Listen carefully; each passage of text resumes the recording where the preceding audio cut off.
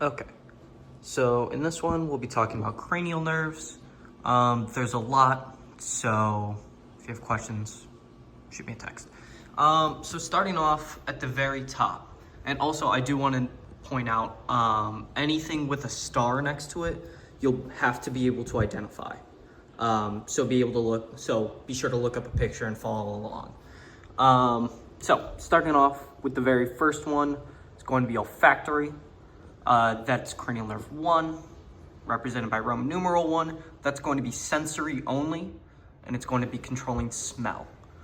Cranial nerve 2 is going to be optic. That's also going to be sensory only, and that's going to be controlling vision.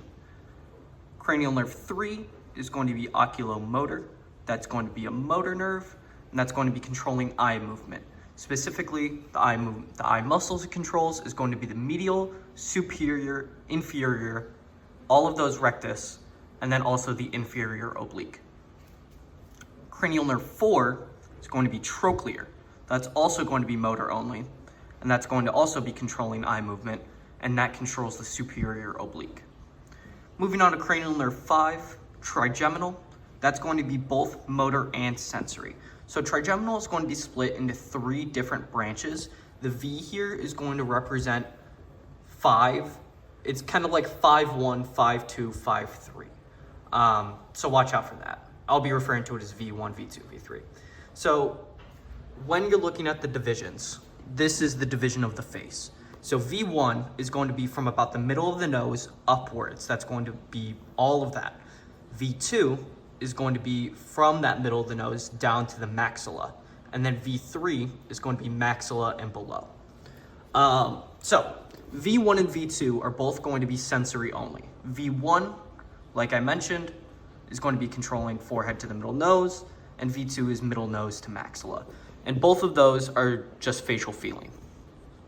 V3 is where things get confusing. So V3, not only does it get facial feeling, but the sensory for it is going to be the anterior 2/3 of the tongue, and that's only going to get touch, temperature, and pain on the tongue. The motor for it is going to be muscles of mastication. So you have to watch out for that. V3 is where things get kind of tricky because it's both sensory and motor, while V1 and V2 are just sensory.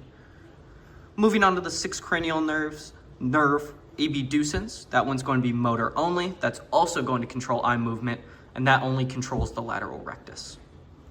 Cranial nerve 7 is going to be facial nerve. That's going to be both sensory and motor. The sensory aspect of it is it's going to get the anterior 2/3 of the tongue, and that's only going to control taste. The motor for it is going to be muscles of facial expression. Cranial nerve 8, vestibulocochlear. That's going to be sensory only, and that's going to control hearing and balance. Cranial nerve 9, glossopharyngeal. That's going to be both sensory and motor. The sensory for it is it's going to get the posterior 1/3 of the tongue, and that's going to get all 4 of them: taste, temperature, touch, and pain. And then the motor for it will be swallowing. Cranial nerve 10, vagus, is going to be both sensory and motor. So the sensory for it is going to be organ sensation, and the motor for it is organ movement. So the key thing with vagus nerve is it's going to be controlling the autonomic nervous system. It's the only cranial nerve that's actually going to be going past your neck. So you have to watch out for that. It's a very, very, very important nerve. So what I mean by controls the autonomic nervous system is it's going to control digestion, breathing, heart rate, anything you don't think about, vagus nerve controls it. Cranial nerve 11 is going to be spinal accessory. That's motor only, and that's going to be controlling shoulder and neck muscles. And then cranial nerve 12 is going to be hypoglossal. That's also going to be motor only, and that's tongue movement. It also aids in sticking out the tongue. So that's all the cranial nerves. There's a lot of them, so be sure to take your time, know these all, and practice a lot.